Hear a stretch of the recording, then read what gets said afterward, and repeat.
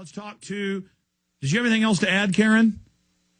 Okay, she's gone. Let's go to Anita in Texas. Anita, you're on the air with Mr. Vickers. Hi. I just wanted to, actually the lady before me took pretty much the words right out of my mouth. I was going to say the same thing you said just now too, Alex, that, you know, they do a few good things probably for their own benefit and have done, but that doesn't make up for the things they have done bad and are doing and are planning to do. And if they were really for the environment, helping the environment and everything like that, then they wouldn't be, they would look in their own backyard at the things they do, like jetting all over the country and having all these servants, and just like the Queen has people who wipes her butt, you know. Yeah, the groom of the stool. Well, every Exactly. one of us, Anita, has a number of servants. They're just located in a different country, like Bangladesh, Vietnam, or India. I mean, what's that number? Maybe 20, 30 to 1? How many people over in the third world, Anita, do you imagine it takes to support our lifestyle here? How many dupes around the world, how many countries around the world do we have to basically plunge into economic chaos to support our standard of living? Well, Anita, let me say this. Ponzify the world and sell them our worthless debt. I mean, this was the bankers. Homegrown.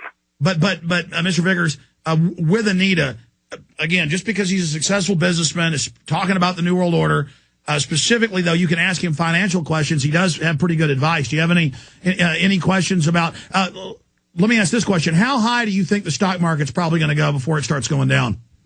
A great question.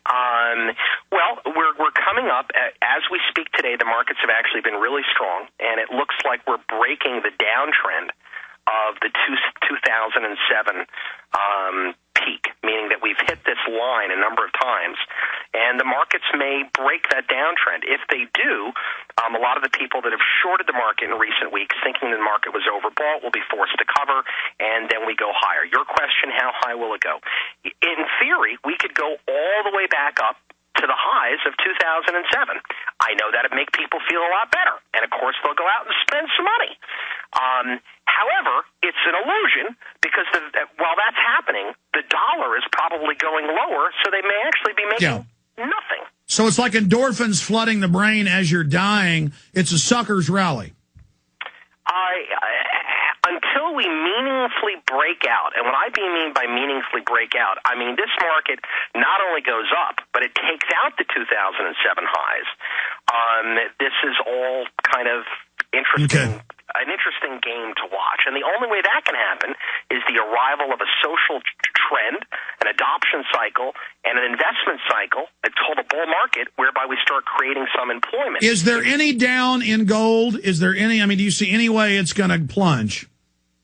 Well, I don't know that it's going to plunge, but there certainly could be days. There could even be weeks where gold does go down.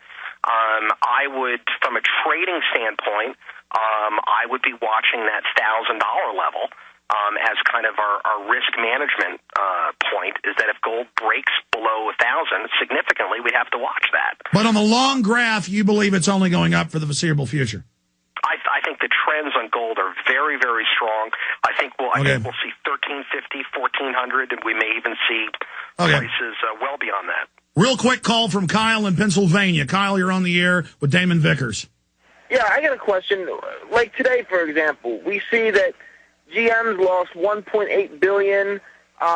Retailers are cutting their inventory for the 13th month in a row, and yet the stock market goes up 150 points, and the Nasdaq's up 13. I mean, doesn't that clearly show that these markets are either manipulated or not that's accurate? What he's saying.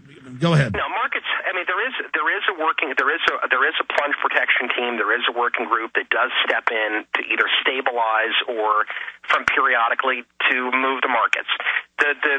What you're seeing today is not manipulation. People are buying based upon the decline in the dollar and all the liquidity that's finding its way. Interest rates are very low. If you're only getting 1% or 1.5% or 2% on a CD, doesn't it make sense to be in assets that are perhaps even yielding closer to 4 or 5%? So we got to cut it there. Thank you, Kyle. I'll take more calls coming up. I'll tell you, you gave us an hour and 15 minutes. We are very thankful. DamonVickers.com.